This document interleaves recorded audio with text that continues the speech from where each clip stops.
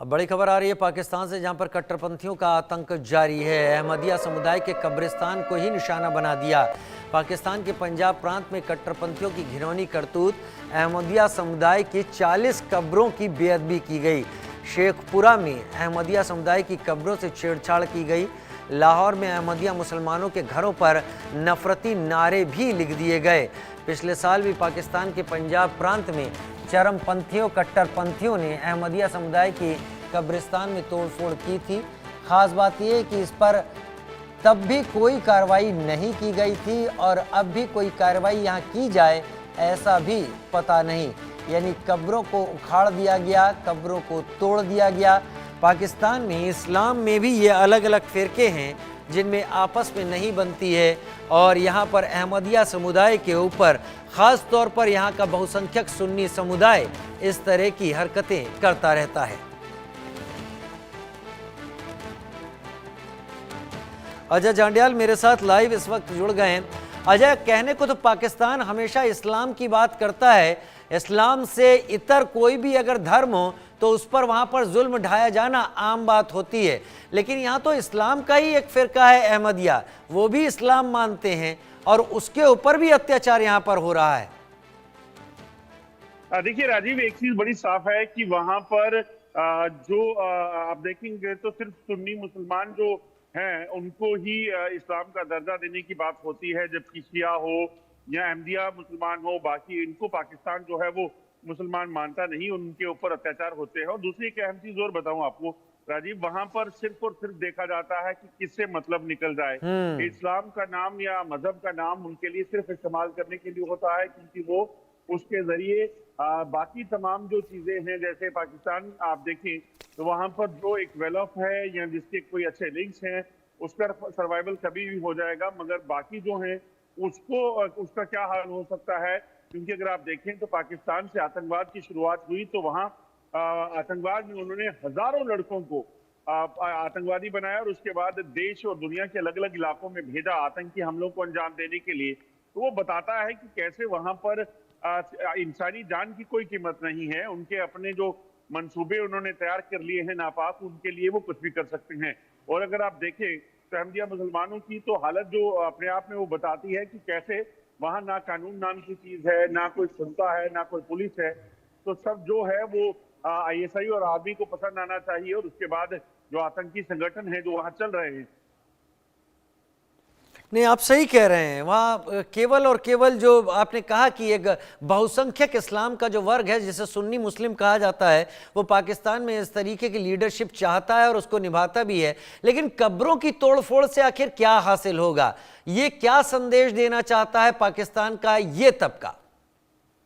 देखिए, दरअसल इस चीज को करके वो सिर्फ ये करना चाहते हैं कि वहां पर एक तो जिसकी अगर वहां कब्र बनती है या अगर किसी का वहां पर जब वहां होता क्या है कि जब भी कब्रिस्तान बनता है तो उसके बाहर लिखा जाता है कि ये किस समुदाय का है, क्या है। तो उस तरह से हो सकता है उन्हें लग रहा हो कि अगर यहाँ पर अहमदिया मुसलमानों का नाम लिखा जाएगा तो ये जगह उनकी हो जाएगी और वो और कहीं ना कहीं उनको शायद एक रुतबा मिल जाए। तो ये बड़ी तमाम चीजें हैं जिनको सोचा जाता है। और कब्रों को तोड़ने का मतलब ये है कि आप इंसानी रिश्तों को कदर आपके वहां कितनी है वो पता चलता है और आप किस लेवल पर गिर सकते हैं वो इंसान है। क्योंकि कहा जाता है कि जब इंसान जिंदा है उसके साथ आपकी कई रोष रंजिश हो सकती है, मगर जब मर जाता है मौत के बाद किसी भी तरह का दुश्मनी, किसी भी तरह की चीज उसके साथ नहीं होनी चाहिए।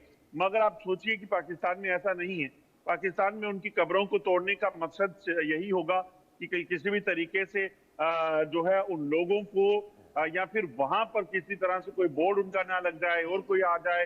ये तमाम चीजें जो हैं हो सकती हैं कि इस वजह से इस तरह की कोशिशें हों, मगर अपने आप में बताता है कि किस तरीके से मजहब कभी ये नहीं सिखाता कि आप किसी के प्रति जो है वो बैर रखिए, कभी किसी के साथ कोई क्रिमिनल एक्टिविटीज कीजिए या फिर किसी कब्रिस्तान में तोड़फोड़ कीजिए, ये तो बिल्कुल भी नहीं सिखाता होगा।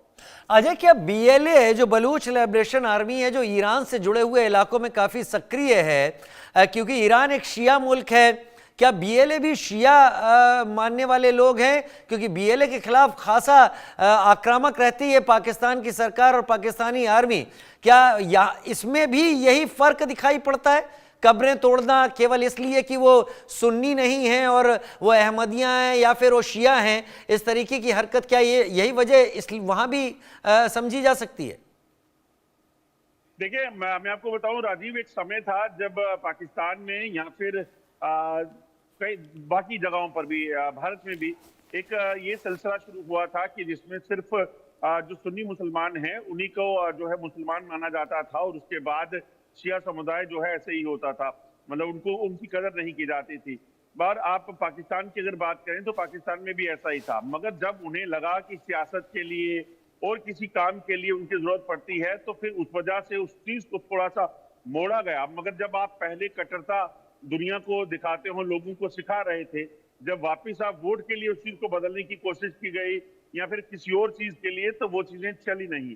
इसलिए अगर आप देखेंगे तो आज जो इस्लाम के बड़े ठेकेदार पाकिस्तान में बैठे हैं वो अपने आप को कहते हैं कि नहीं, शिया है, सुन्नी है, सब एक हैं। मगर अब लोगों में जिस आप जहर को घोल चुके हैं वो जहर इतनी जल्दी खत्म होने वाला नहीं है।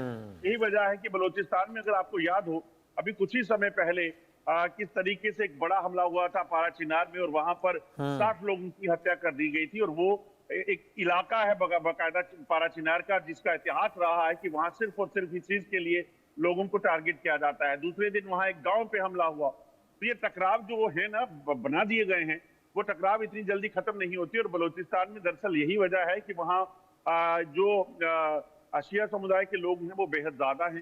पीएलए जो है इसीलिए बना क्योंकि वहाँ के लोगों की जब कदर नहीं की गई पाकिस्तान में, उनके रिसोर्सेज का इस्तेमाल जो है वो पाकिस्तान के लिए होता रहा, लाहौर इस्लामाबाद के लिए होता रहा, कराची के लिए होता रहा, मगर उनको कुछ नहीं मिला।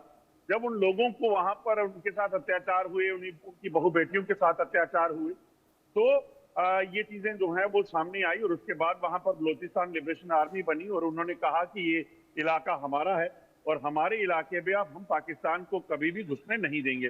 और यहाँ देखिए कि पिछले कई दशकों से उन्होंने पाकिस्तानी सेना के खिलाफ, सरकार के खिलाफ जंग छेड़ रखी है। और इस कदर जंग है कि चीन जब वहां पे अपना कॉरिडोर बनाने की बात कर रहा था, सीपैक बनाने की बात कर रहा था, वहां काम शुरू हुआ, उन्होंने उस चीज का विरोध किया और 2 बार चीन पे के लोगों पर हमला करके उनकी भी लोगों की हत्या कर दी।